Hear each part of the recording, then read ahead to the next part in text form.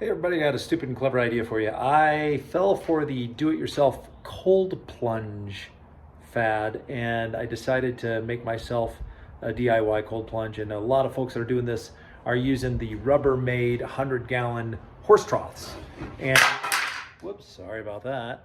I thought I would make a quick video on what I thought was a nifty way to insulate your trough in a cheap way that keeps the trough in a nice small profile, and I hope it'll work. We're gonna find out. So what I've got here is the Rubbermaid trough on its top, and I've surrounded from the lip, after taking the handles off, from the lip around the edge, I've got 1x6 cedar boards that were milled from fence pickets, picked up from Home Depot. And I've got a string just kind of loosely holding them together. And I've taped the tabs in between each of the boards all the way around. Now these boards were all previously milled and sanded and cleaned up and made nice, but you can do this just with rough hewn cedar pickets.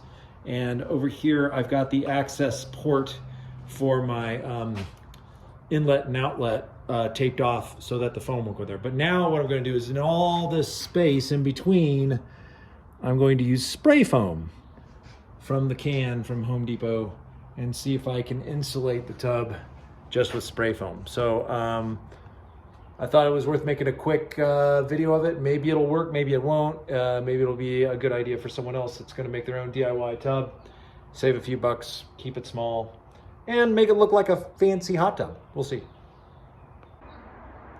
There you go, ladies and gentlemen, 16 cans of spray foam in the tub. That's a lot of insulation, actually. And obviously it narrows as you get down closer to the top of it. The excellent part of it is that the spray foam is going to adhere the wood without any hardware or anything. I've got these nylon straps strapped around the tub as well, and I'll probably get some decorative kind of straps. These lateral straps are kind of helping brace the boards straight here while the foam cures overnight here. I'm really pleased with how it's turned out. I think it's going to look good on the patio when it's all said and done. A little bit, not the cheapest way to go at $6 a pop for a can of spray foam, but still I think it's gonna work. So after a couple of weeks, it seems that the foam continued to expand and actually started swelling out and pushing out the boards. So now that I believe it's completely cured, I am separating the boards from the foam to trim down the foam and then reassembling it with some steel straps to hold it all together. So it'll look a lot better, and at least I know I've got plenty of insulation.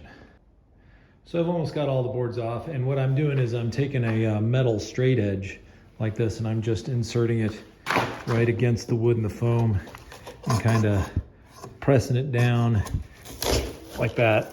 And it takes a little time to pry it off, but it separates the wood just fine and look how clean the wood came out. But if you go around the edge, you can see how bowed out the foam continued to expand beyond the vertical there. So I think the next time I try this again, I would research better, maybe a different foam product.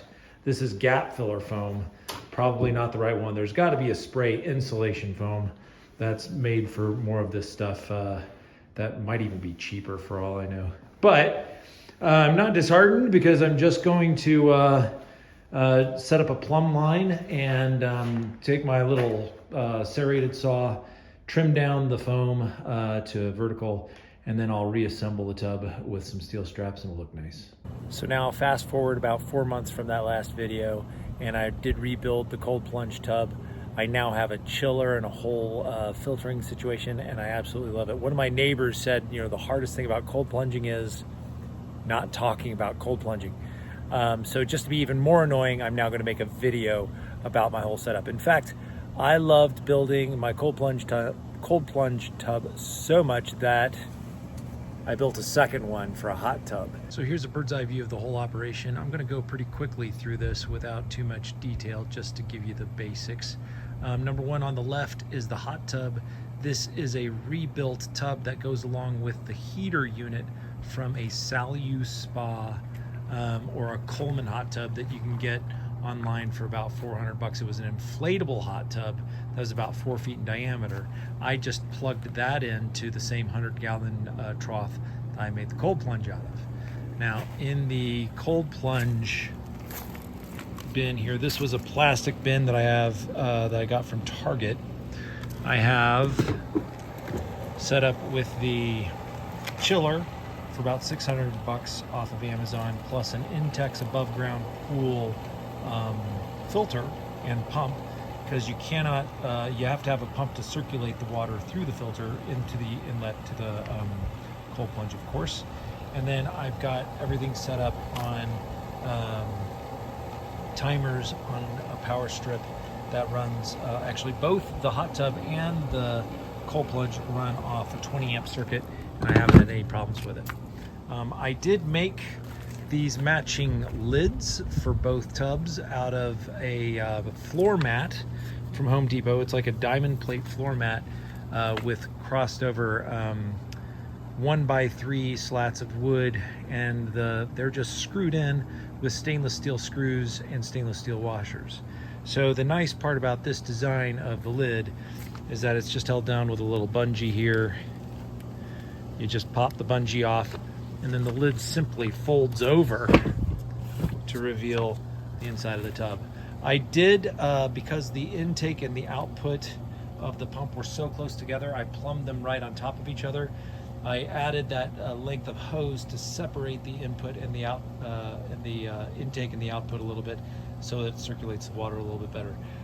For keeping it clean, I'm using these floating bromine tablet dispensers. Amazon, $6 each.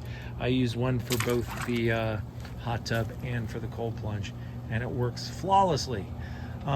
So that is the lid. The hot tub came with its own, I literally just reproduced the filter bucket and the input and output drilled right into the side that goes right along with the plumbing from the unit. And this is a nifty little unit that works really well. Like I said, 20 amp circuit has run them both consistently, pretty flawlessly.